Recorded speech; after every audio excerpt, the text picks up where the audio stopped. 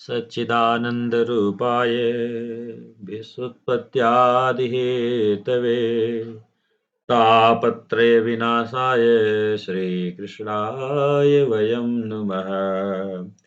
परम मंगलमय परात्पर पारब्रह्म परमेश्वर अखिलेश्वर पीताम्बरधारी अकारण करुणा करने वाले भक्त वांछा कल्पतरु नंद नंदन भगवान श्री कृष्ण के चरणों में कोटि साष्टांग प्रणाम करते हुए मित्रों, गुरु चरण से गुरु उपदेश से जो ज्ञान प्राप्त है मित्रों, उसी में से कुछ बिंदुओं का निवेदन मैं आपसे करता हूं और अपनी वाणी रूपी पुष्प भगवान श्री कृष्ण के चरणों में अर्पित करता हूं। मित्रों, आत्मज्ञान का साधन भगवान नाम ही है, इस विषय का निवेदन मैं आपसे करता हूं। मित्रों, आप वीडियो को बिना स्किप किए यदि आप पूरा देखते हैं, समझते हैं, तो अवश्य आपको लाभ होगा और इस दास का जो उद्देश्य है कि गीता का प्रचार प्रसार हो, सनातन धर्म का प्रचार प्रसार हो, वह सार्थक होगा। मित्रों, और आपसे विनम्र निवेदन है, यदि अभी तक आपने हमारे चैनल को सब्सक्राइब नहीं किया तो सब्सक्राइब कर लें, जिससे कि आने वाले नित्य नूतन वीडियो का आपको नोटिफिकेशन मिलता रहे। मित्रों, बोले सच्चिदानंद भगवान की जय हो। मित्रों, संसार में कोई भी ऐसा कार्य नहीं है जो भगवान नाम के प्रभाव से सिद्ध ना हो सके। पुरुषार्थ चतुष्टय में मोक्ष को प्रधान पुरुषार्थ माना गया है। मित्रों, उसकी प्राप्ति का सरलतम एवं अमोघ उपाय भगवान नाम ही है, इसमें कोई संदेह नहीं है। आत्म वासना के प्राचुर्य से संसार वासना पराभूत हो जाती है। आत्मातिरिक्त सत्ता के बाध किए बिना आत्मवसान जागृत नहीं होती। अनादिकाल की संचित वासनाएं हमें मिथ्या वस्तु की ओर प्रवृत्त कर रही। मित्रों, जब तक ये पूर्णतया नष्ट नहीं हो जाती, हम संसार कूप में गिरते ही रहेंगे। बहिरंग साधनों से हम कुछ आगे अवश्य बढ़ेंगे, पर वासनाएं निर्मूल नहीं होंगी। इनका परिहार तो समाधि के अभ्यास से ही संभव है।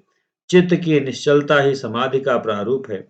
जब विषय चिंतन का सर्वथा परित्याग होगा मित्रों, तभी चित्त निश्चल होगा एवं तभी समाधि की प्राप्ति होगी और इसी के तीव्र अभ्यास से वासनाओं का समूल नाश होकर अंतिम पुरुषार्थ मोक्ष की प्राप्ति होगी।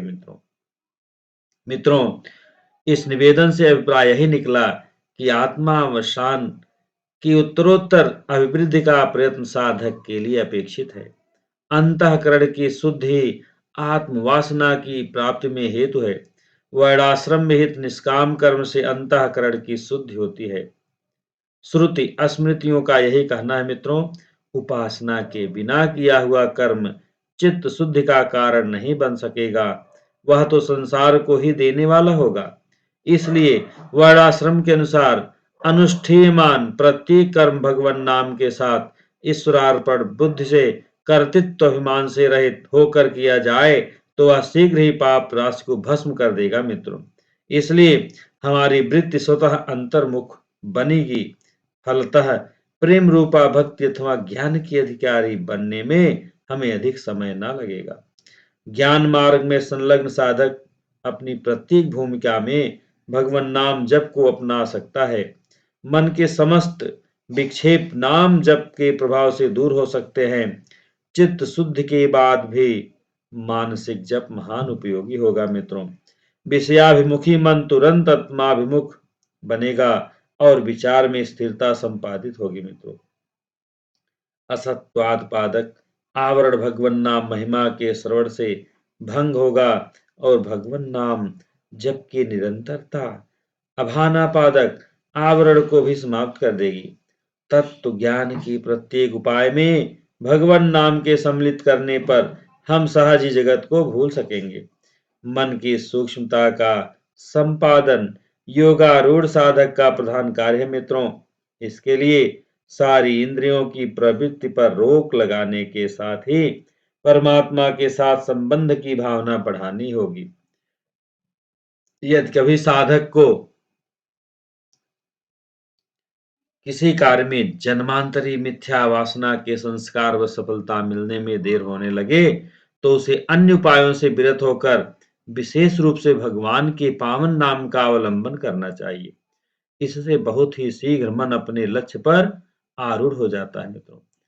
मित्रों, जिस समय हम एकांत में बैठकर भगवान की निर्मल लीलाओं का अनुसंधान करते हुए प्रेम पूर्वक पवित्र नाम स्मरण करने लगते हैं, उस समय समस्त सांसारिक वासनाएं नष्ट हो जाती हैं। आनंद रूप परमात्मा विशुद्ध अंतःकरण में प्रतिबिंबित होने लगते हैं।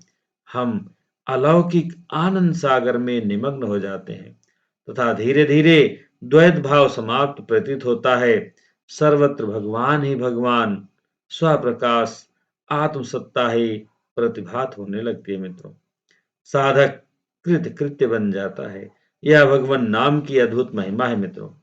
एक क्षण भी भगवान नाम जप से विरत ना होइए, आपकी सारी कामनाएं समाप्त हो जाएंगी। आपको अलौकिक आनंद का आभास मिलेगा। इसी के लगातार अभ्यास से आप प्रेमा भक्ति अथवा अद्वैत ज्ञान के अंतिम पद पर समासीन हो सकेंगे। मित्रों, यह बात नाम साधन का अनन्य अवलंबन करने से स्वयं अनुभूत होगी। नाम जप के अविरल अभ्यास से विजाति प्रत्यय स्वयं तिरस्कृत हो जाएगा और अवशिष्ट सजाति तत्व का अवभास अस्थायी बना रहेगा।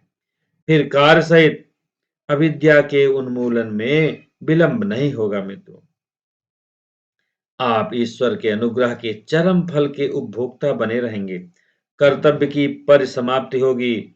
पुरुष तंत्र प्रयत्न हमें स्वतः छोड़ देगा और वस्तु तंत्रता का अलौकिक भान स्वभावतः परिशिष्ट रह जाएगा।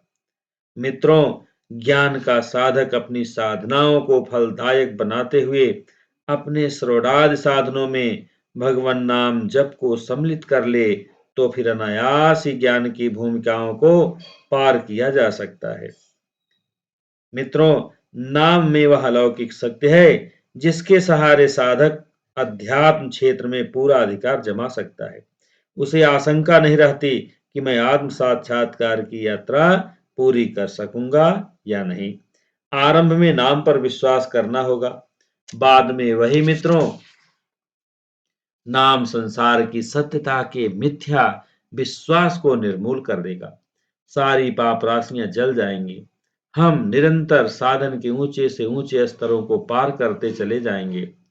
अत्यधिक सरलता से लक्ष्य की प्राप्ति होगी। समस्त प्रपंच को भगवन्मय देखने की प्रक्रिया भक्त में रहती है। ज्ञानी का मन नहीं रहता, भक्त अपने मन को परमात्मा में जोड़ देता है। अर्थात ज्ञानी पुरुष प्रत्येक जगह आत्मसत्ता को प्रतिभासित देखता है। उसे प्रपंच की सत्यता किसी हालत में भी दिखती नहीं। भक्त प्रपंच को प्रभु की अभिव्यक्ति विभूत के रूप में देखता है। सामान्य दृष्टि कुछ अंतर दिखाई देने पर भी वस्तुतः अंतिम स्थिति को पहुंचा हुआ ज्ञानी एवं भक्त एक दूसरे के सिद्धांतों में कोई भिन्नता स्वीकार नहीं करते।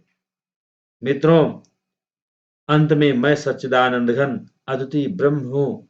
मुझ में अविद्या से यह प्रपंच कल्पित है, वस्तुतः यह मुझसे अभिन्न मदरूप ही है। और भक्त कहता है कि मैं अल्पज्ञ चिदंश जीव हूँ, यह विश्व प्रभु का ही है, लीला ऐश्वर्य है। मैं वस्तुतः उन्हीं के अधीन होने से उनसे अभिन्न ही हूँ। साध्य दोनों का एक ही सिद्ध होता है। साधन की प्रक्रिया अवश्य भिन्न होगी, किंतु आज के इस भौतिक युग में मित्रों, हम ज्ञानी तभी बन सकेंगे जबकि भक्तों की साधन प्रक्रिया को ज्ञान सिद्ध के साधनों में जोड़ देंगे। अन्यथा हम केवल ज्ञान के सिद्धांतों में ही रमे रहेंगे। असली तत्व ज्ञान प्राप्त न होगा। शास्त्रों के बल से भले ही प्रमाणगत संशय दूर हो, किंतु प्रमेय की सत्यता अनुभूत न होगी। आज कल युग है। यह युग अपनी अलग विशेषता रखता है मित्रों। इसी से शास्त्रों में अन्य युगों की अपेक्षा कलयुग को समीचीन कहा गया है। इस युग में चाहे सब दोष ही दोष भरे हों मित्रों, पर इस युग में ईश्वर साक्षात्कार के लिए जो सुविधा प्राप्त है वह अन्य युगों में कहा। मित्रों, भगवान नाम को अपनाने से ही सफलता प्राप्त हो जाती है। इसीलिए त्रिकालदर्शी ऋषियों ने प्रायः सभी पुराण स्मृत आदि में भगवान नाम की गुणगाथा गाई है। बोले सच्चिदानंद भगवान की जय हो। शंभु प्रसाद सुमति यहुलसी, रामचरित मानस कवि तुलसी, करई मनोहर मति अनुहारी। मित्रों, तुलसीदास जी को ही नहीं, लोमस मुनि को भी यह महाप्रसाद भगवान शंकर से ही प्राप्त हुआ था। काकभुसुंडी जी ने गरुड़ जी को बतलाया है।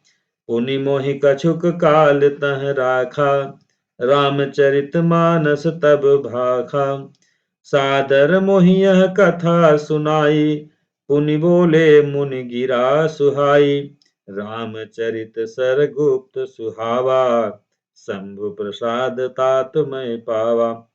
इसलिए मित्रों, महादेव जी ने सर्वप्रथम जिन महादेवी जी को इस प्रसाद का वितरण किया, वे कोई अन्य नहीं, स्वयं उनकी अर्धांगिनी पार्वती जी हैं। इस प्रसाद को प्राप्त कर गिरजा बोले, गिरा सुहाई, मैं कृत कृत्य भयऊ अब, तव प्रसाद विशेष।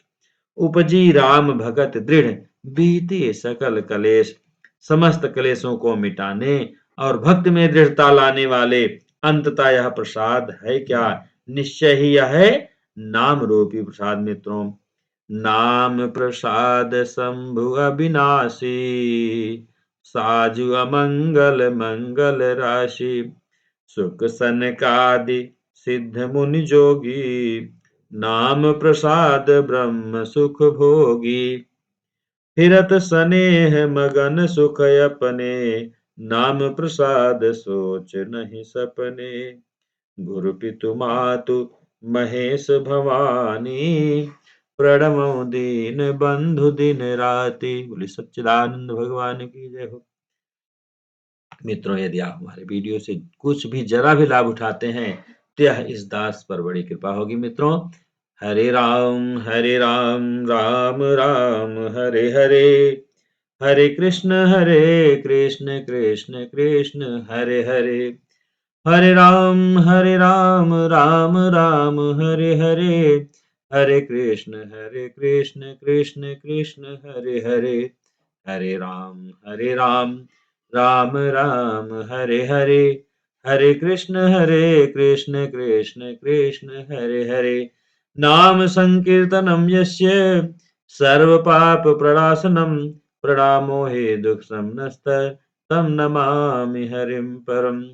कृष्णाय वासुदेवाय हरये परमात्मने, प्रणतः क्लेशनाशाय गोविंदाय नमो नमः। मित्रों, इसी के साथ मैं वाणी को विराम देता हूँ और आपसे विनम्र निवेदन है कि आप इस वीडियो को अवश्य पूरा देखें। यदि आप कुछ भी लाभ उठाते हैं तो यह दास पर बड़ी कृपा होगी।